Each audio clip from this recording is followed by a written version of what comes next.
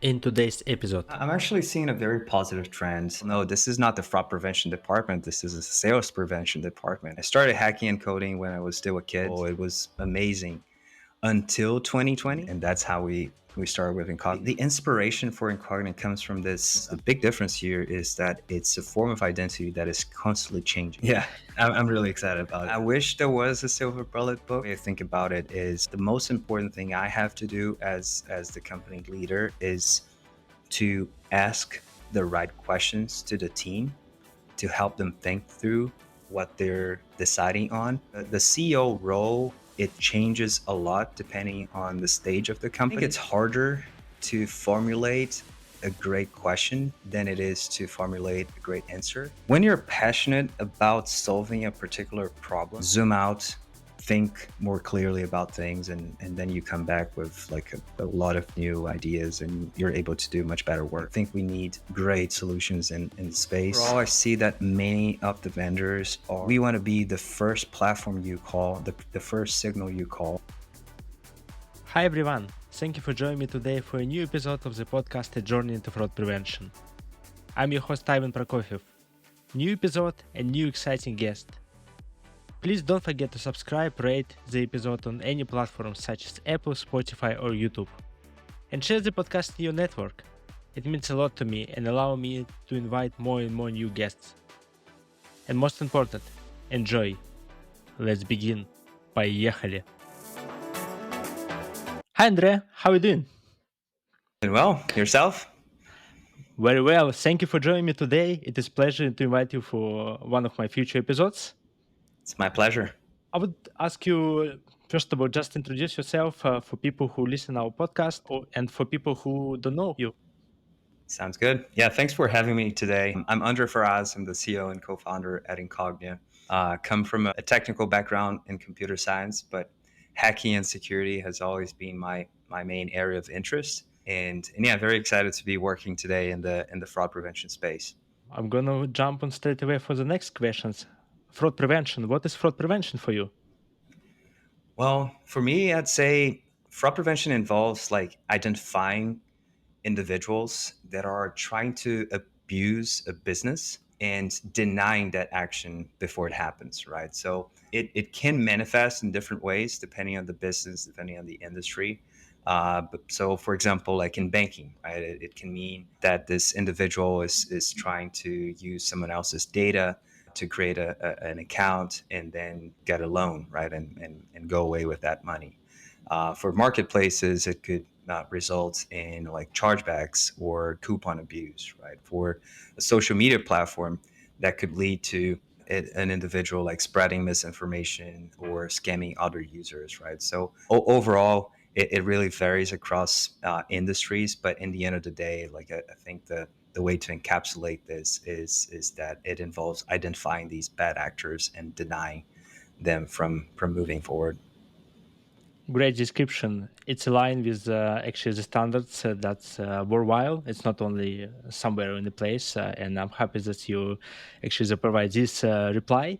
And small follow-up questions. It's kind of questions everywhere in the industry.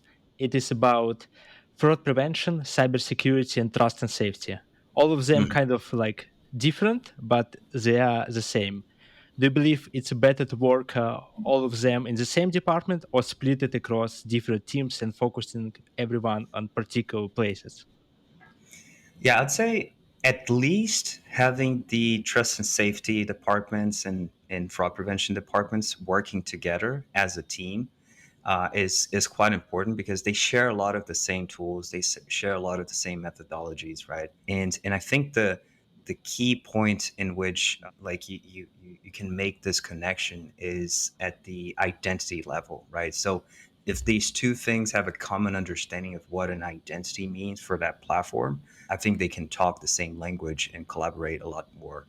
Cybersecurity is a little bit separate because there are other things involved, right? Like the network security and taking care of like cloud services, et cetera. So there are some more specific things that don't involve the other teams, but there are certainly some common areas as well. So I'd say ideally these teams are at least talking to each other and collaborating and sharing knowledge.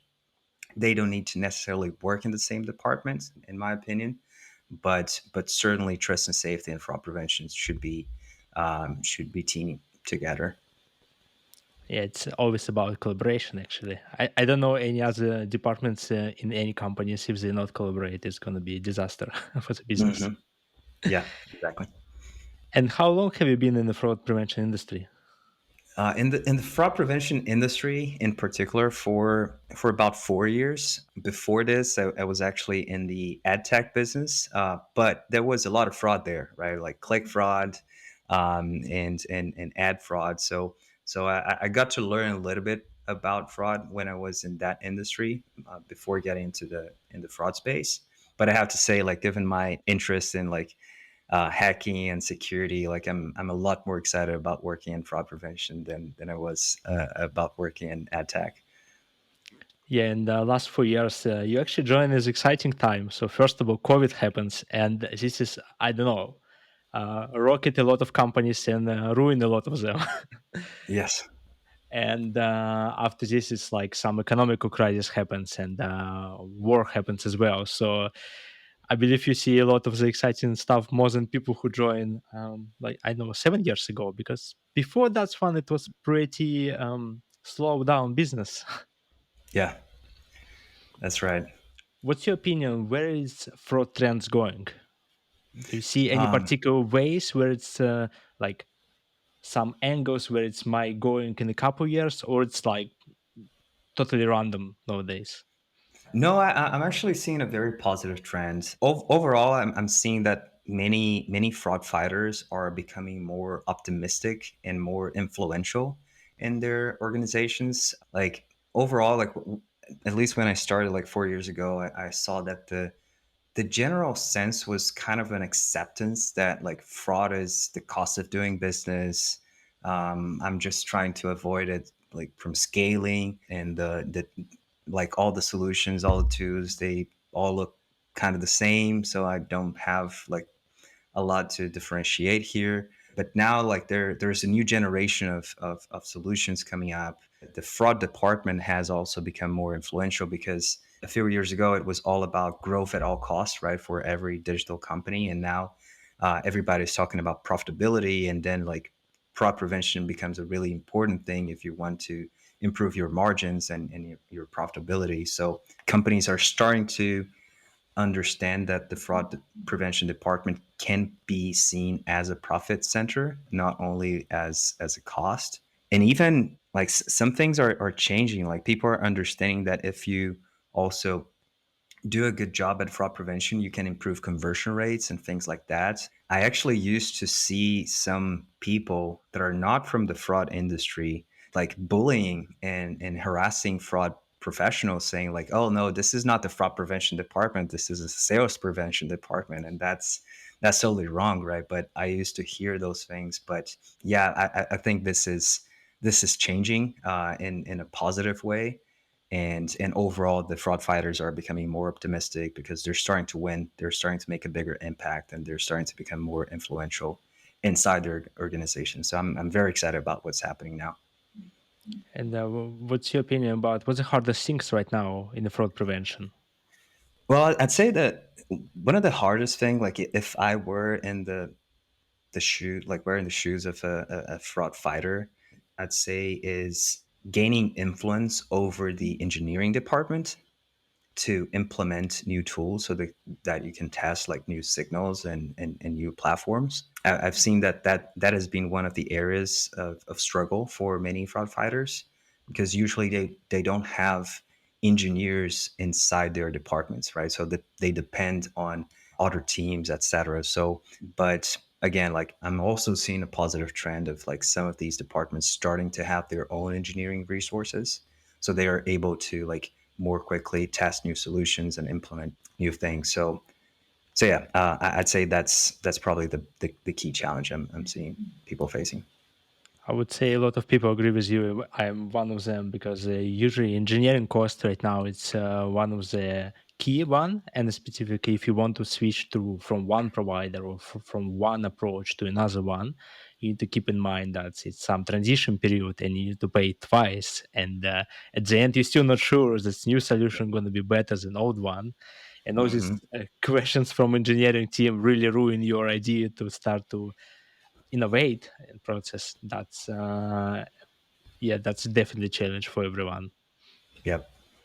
About your journey, why you actually decide to join the fraud fighters, and what's your motivation? What's the story behind you? Someone just force you, maybe? No, actually, it's a big passion for me. I love hacking. I love computer science. So fraud prevention is kind of at the intersection of these areas of interest. I started hacking and coding when I was still a kid, greatly influenced by my father, who's a computer science professor. So I started really early, and back when I was in college in 2010, I started working on this project that we were trying to create a new type of location technology. When we were working on that, basically the goal was to create kind of a new form of GPS, a more precise type of geolocation technology for mobile devices. And when we got to a pretty good result, we were able to optimize it by about 30 times. So the technology was like 30 times more accurate than the GPS signal.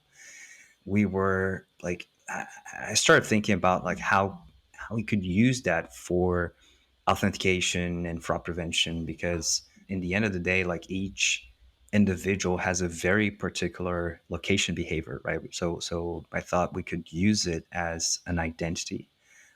So that was the main sources of inspiration to start Incognia and get into the fraud prevention space. Was like, how can we bring like a whole new approach to digital identities that could transform the fraud prevention space? So yeah, that's a quick summary. But again, like started developing this location technology in 2010, so it's been like 13 years in the making. A lot of ups and downs.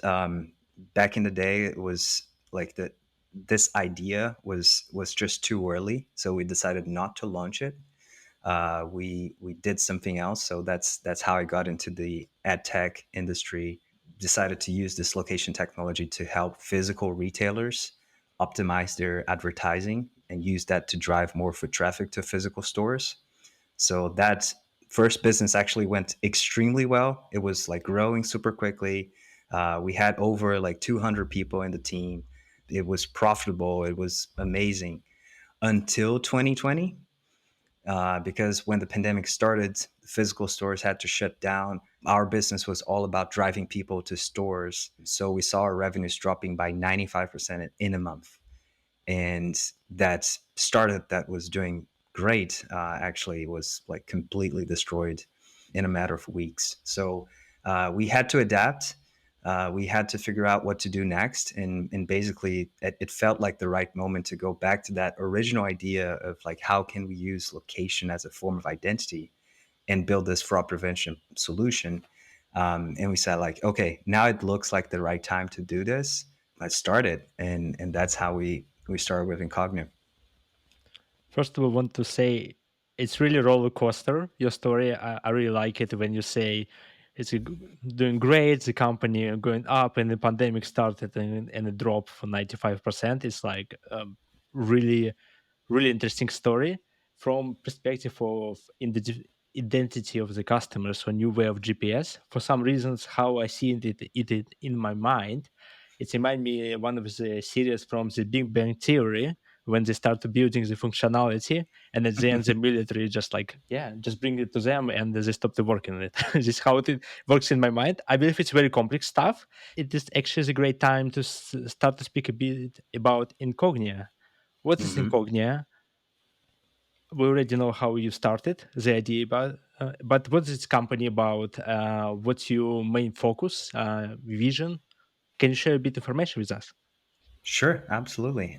So Incognia, like the inspiration for Incognia comes from this insight that to access any online service, you always have to do it through a physical device in the physical world, right? So it doesn't matter if we are in the metaverse, Doesn't matter if we are like just in an e-commerce app or something like that. We're still present somewhere. We're using a device to access that service, right? So we realized that if we mapped these two things really well and we went like extremely deep on understanding these two things, we could create a very robust identity solution, right? So essentially what we do is a combination of a very strong device fingerprinting solution and this concept that we call location fingerprinting, right? So very similar to the idea of device fingerprinting, where you collect like unique attributes of a device and you generate an ID for that. We do that for locations, right? So we collect the unique attributes of an environment, like for example, in this location I'm at, there are unique like Wi-Fi signals that are only visible from this location. There are Bluetooth signals that are also only available in this place, but also like cell tower IDs, GPS information. So we collect a bunch of signals and create an identity for each physical location. And then over time, we start building this profile for each user based on the places they go, right? So each person has a very different routine. So we start building this form of identity based on how you move and where you go. And what's interesting about that is that if you compare this to more traditional forms of identity, let's say our fingerprint or our face, right? The big difference here is that it's a form of identity that is constantly changing. It's moving, like as you move, it is changing, it's adapting. So it becomes a lot harder for an attacker to try to impersonate you because they'll need to like understand your history, predict your behavior. It becomes much harder to impersonate you at scale, for example, and like impersonate many other people at the same time. So we thought that from a security standpoint, it would be a great solution. And we're seeing that, for example, our false negative rate is like 1 in 100 million. It's like 100 times better than Face ID, for example. But it's also good from a user experience standpoint because the user doesn't have to do anything. Like when they start sharing location with the app, and we don't need to be like collecting location all the time. It's only when the app is in use. We are able to use that as an authentication factor, as a form of identity, and help our customers reduce the use of passwords, OTPs, facial recognition, like any form of authentication. So we improve the user experience, increase security, and it's also better from a privacy standpoint because we don't even need to collect any PII data from the user. We don't have their name, their phone number, their email address, anything like that. It's all about the device and its behavior. And yeah, that's essentially what Incognia does.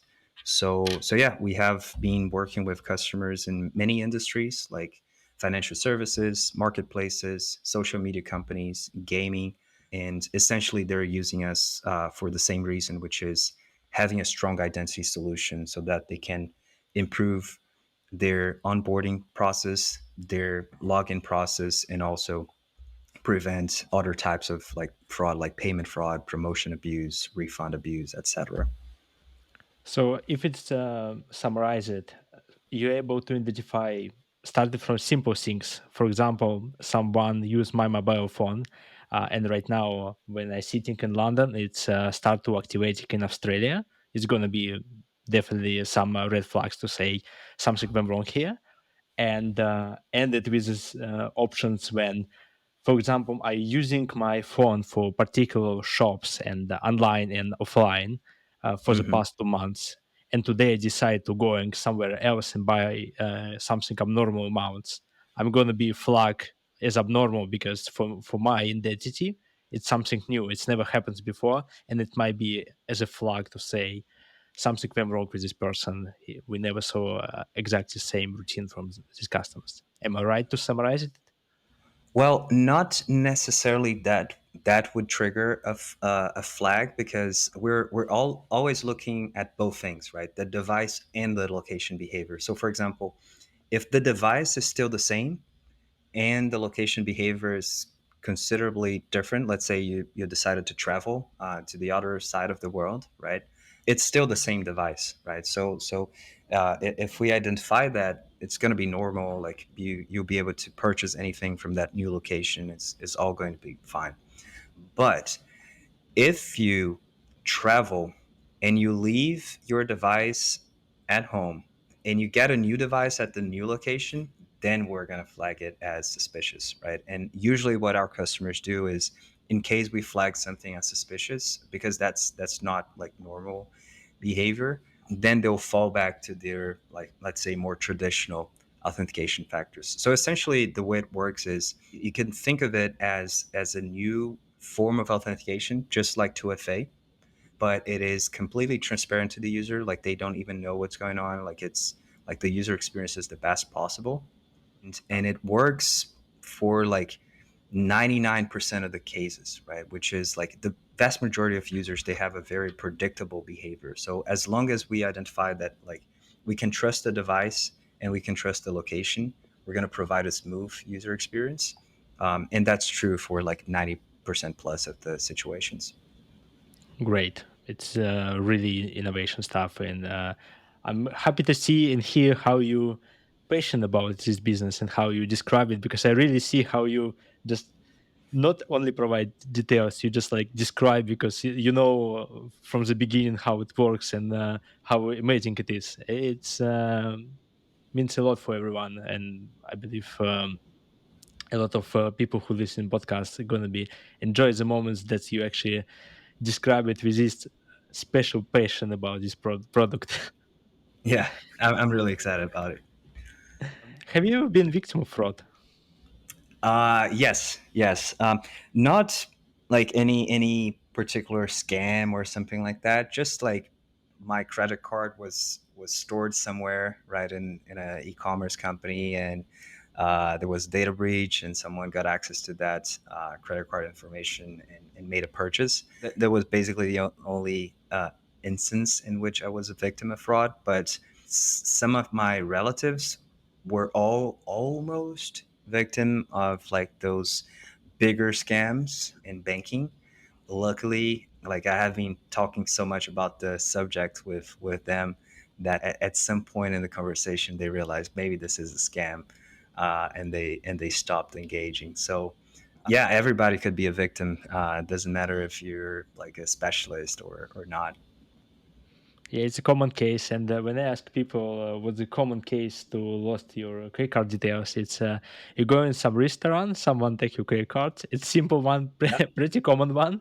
Another one is data breaches, and it's a lot of them happens nowadays. Unfortunately, this is you can't be protected from this perspective. It's one of the reasons why I using these disposable cards when I want to buy something one time on the site, which is I'm not sure, because if it something happens wrong, they never able to charge it anymore because the card gone yeah, already.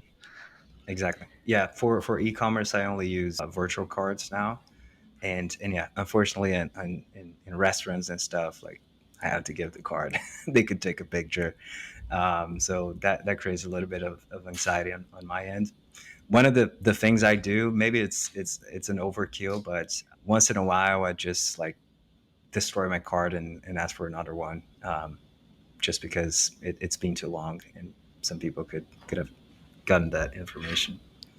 I'm quite surprised that in states where I recently been in vacation, it's still a lot of the shops using the magnet line, and Oh yeah. I just like it's so curious why it still exists there, because one of my bank accounts they're not supporting Magnet Line, and I had a lot of troubles to using it. But I see the positive ways. I see it's a lot of Apple Pay acceptance. It's much better Mhm. than 7 years ago when Apple Pay was what you want to pay with your phone, not here, not now. Yeah. Yeah, it was interesting. Like when I moved to the US about 4 years ago, and I came here with an expectation that I was like coming to a place that was kind of in the future. And when I got here, and particularly when it comes to payments, right, like credit card payments, but also like bank to bank like payments, etc. It actually felt like I moved to somewhere a few decades in the past, because coming from Brazil, like we have been used to real time payments for like decades. magnetic stripe like credit card payments are not a thing. Like everything was EMV since I don't know, like over 10 years ago, I think. So yeah, I was a bit in shock when I got here, but on the other hand, I saw it as a great opportunity to bring like new fraud prevention tools to help modernize the space. Yeah, for sure. This is also surprised me because Visa and Mastercard they're supposed to be doing great in the states, Yeah. but they're not. I don't want to blame them, but it's quite surprised me as well. And it's important questions since you are CEO of this company. What skills are necessary to become a CEO? Maybe you can give some advice, recommendations, maybe some specific trainings, or maybe it's a silver bullet book that can resolve a lot of the issues. Well, I wish there was a silver bullet book, but no, it's hard. Like I'd say one of the biggest challenges is around context switching. Like you're talking about different topics all the time. You have to have a reasonably good understanding about multiple things, like from finance and legal things, all the way to like the engineering and product stuff, down to like sales and marketing. So it's you're certainly not the best at anything, but you have to understand it fairly well so you can contribute and ask good questions. So, in the end of the day, the way I think about it is the most important thing I have to do as the company leader is to ask the right questions to the team to help them think through what they're deciding on. Because if I have to make all the decisions, given that I am not the specialist in any of those things, I'm probably not going to make the best decisions, right? So, um, what's really important for me and what I try to optimize for is asking the right questions to my team members. So I help them think through the different problems they're facing. And the CEO role, it changes a lot depending on the stage of the company. So, for example, in the very early days, you're almost like a mix of a product manager and salesperson. You're like helping the engineering team figure out how to build a product, but you're also selling it, right? And while you're selling, you're trying to understand like what's resonating with customers and what's not. So that's usually I'd say until you get to like the first 10 people, that's usually the thing that the CEO does the most.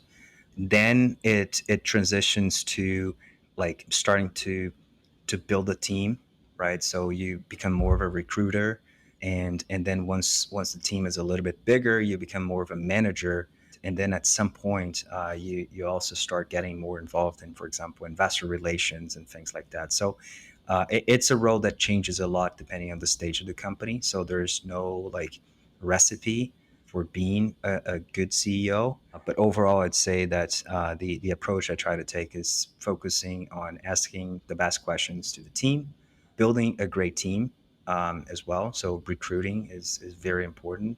And yeah, I'd say those are the primary things I try to focus on. And if we focusing about like hiring someone, do you have any specific questions that you really like to ask people to understand if they suit for your company or not? Maybe some really unique questions you ask. Kind of, I give you just a brief example. It's quite popular questions that people ask. You should answer in 10 seconds, and they ask how many people can suit in this bus, and they show you a picture of this bus. Yeah.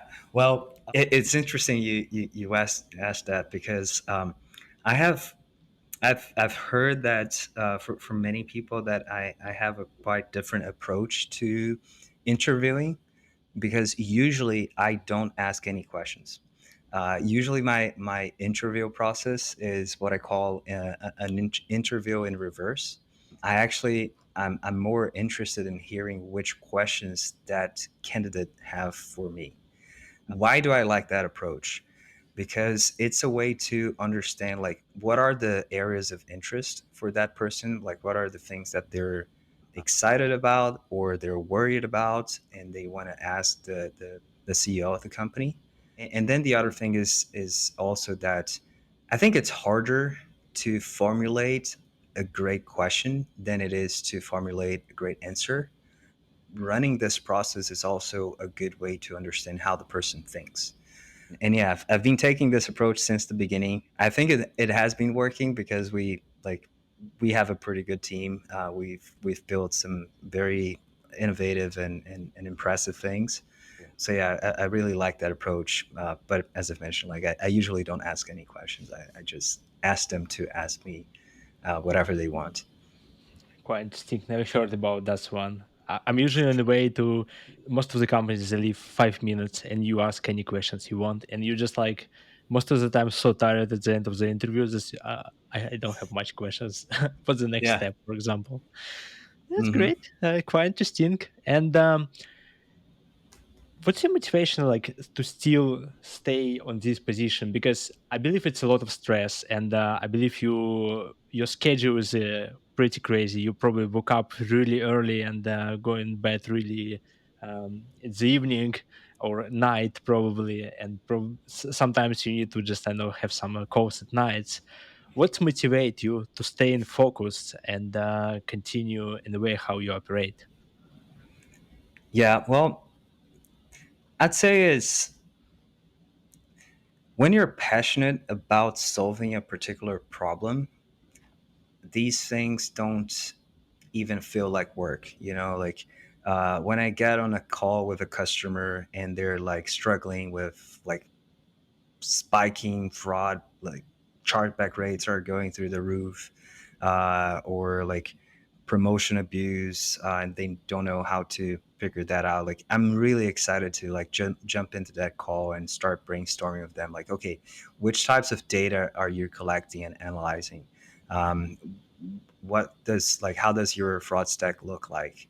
And then we start like thinking through like, okay, what are the key types of data that we could leverage to solve this problem, right? And then we move forward with the integration. So I'm very involved in these discussions with customers. I'm really excited about that. I'd say that's the area where I spend most of my time, and I'd say that's the main thing that motivates me.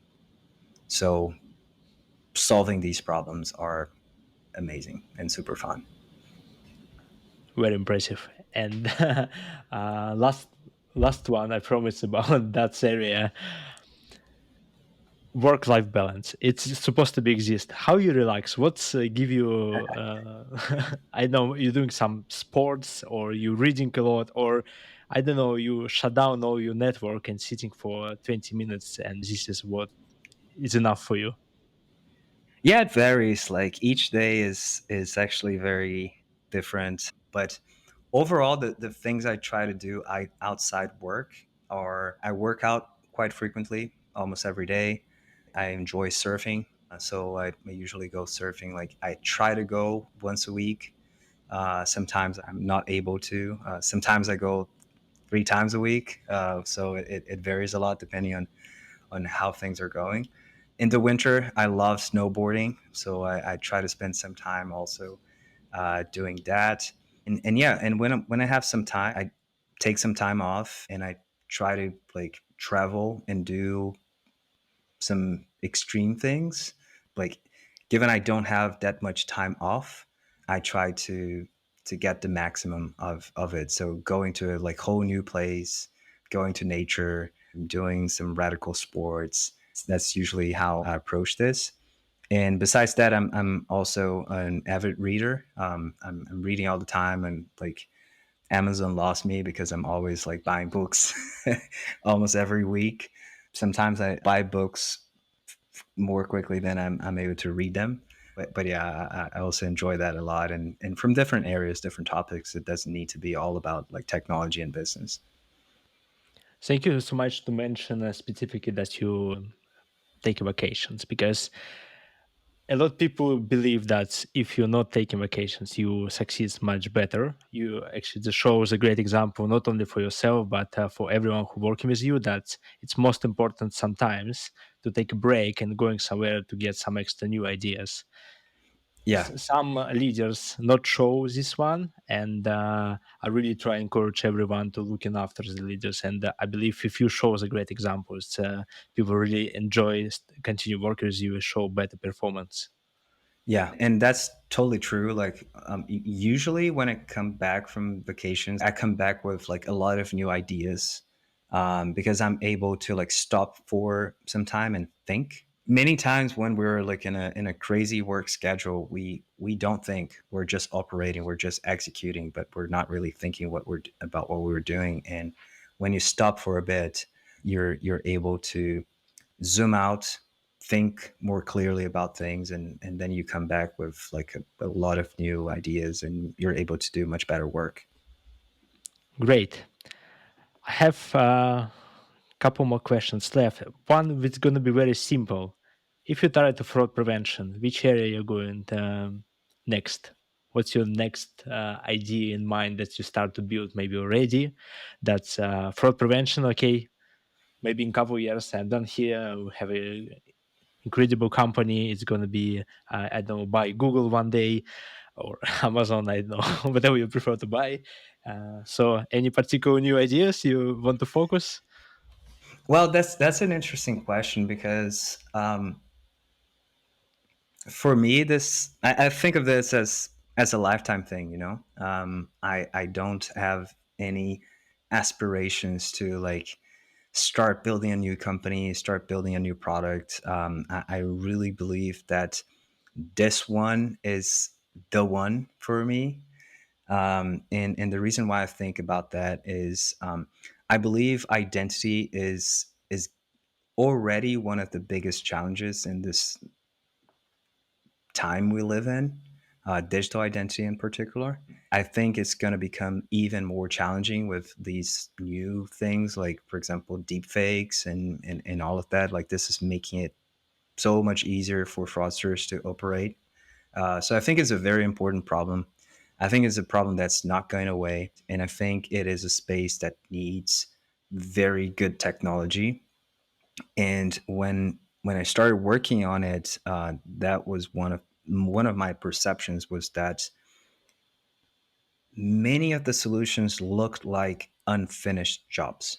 And when I say that is because like many of these leaders in the space, they were acquired by much bigger companies, but these companies that acquired these companies, they were not pure fraud prevention players. They were either like a payments company or a credit bureau. So fraud prevention was part of their business, but it was not the core of their business. So, after those acquisitions happened, like the innovation stopped, and that's why like I look at these products and I look at it as kind of like unfinished things, that do a decent job but don't do a great job. And I think we need great solutions in the space. That's what we're trying to do with Incognia. And I think of it as a lifetime thing because fraud prevention is a very dynamic space, is a cat and mouse game. We need to be like upgrading and adapting the solution all the time to like new attacks and all of that. So I'm pretty comfortable with the idea of spending the next few decades, in this same thing. Happy to hear this one, and I believe more the people who work with you are much more happy to hear this one. That you're not going to run away. End of the week. Sorry, I just packed my stuff and I left from here. Sorry, guys. But about the companies, yeah, once you mentioned this one, I have a couple companies in my mind that's unfinished because they stop Hmm. innovating. I'm not going to call them, but I have a couple in mind. Yeah, Yep. and I have a last one. It's actually quite, let's call it quite tricky, but it's probably the hard to answer. So, digital identity and fraud prevention companies. Right now, it's a lot of them on the market.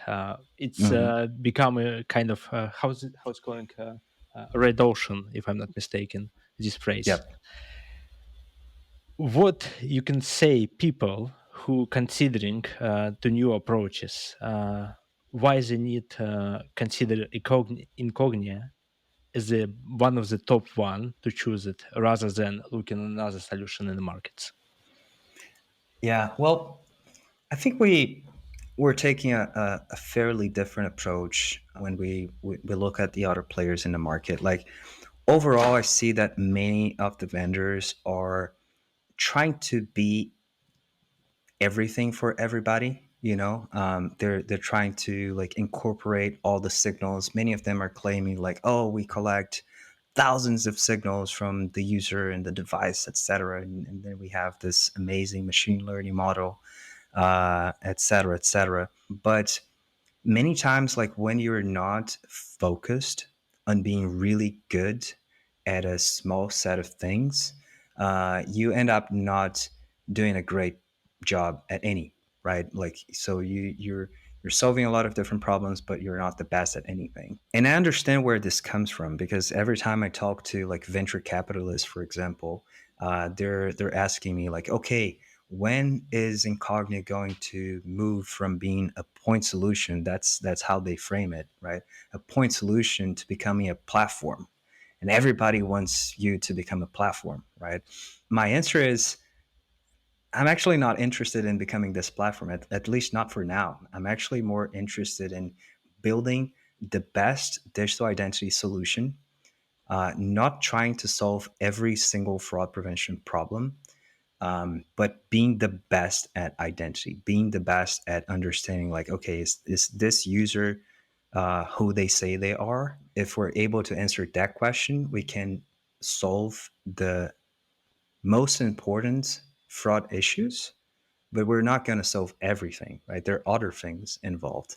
So I think we one thing that like separates us from many of the other vendors is that we have this very focused approach. We go very deep. We don't try to copy the other approaches. Like for example, we don't do anything with biometrics. We believe that there are already companies that are doing a decent job with biometrics. So we're not going to try to copy that and compete in that space. We also don't do anything with behavioral biometrics. We don't believe that like there are many companies already doing that, and we don't believe that we should try to replicate that, incorporate that signal into our platform.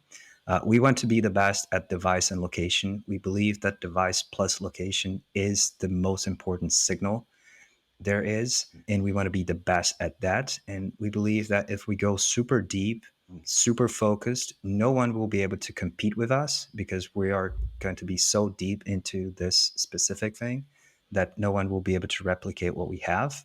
By believing that this is the most important signal, what we want to be is not that platform that solves for everything and does the whole like orchestration stuff, but really being the first call.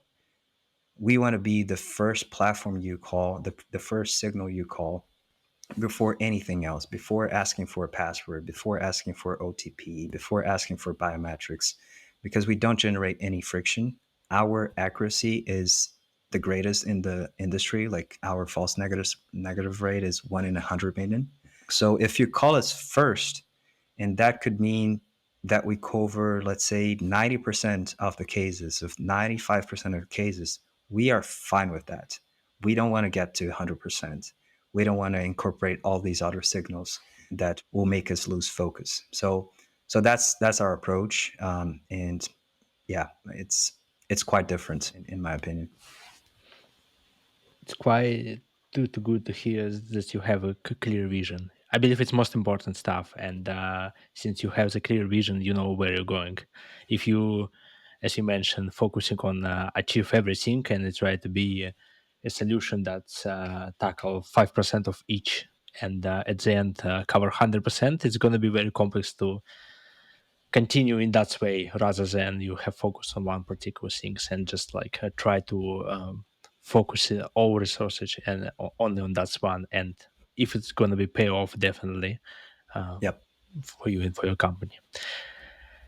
Yeah, and thank you so much for joining me today. I don't have any other questions. I really enjoy your journey, specifically from computer scientist to become a CEO of the company, and glad to hear everything about Incognia and your vision of the company. I believe competitors gonna be like to hear everything from this podcast. I hope so. Awesome.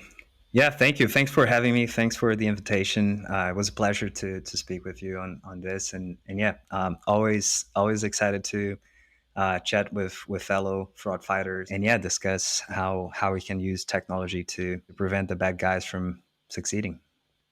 Amazing. So I'm gonna say my favorite words that I'm using on each of my podcast, which is cut.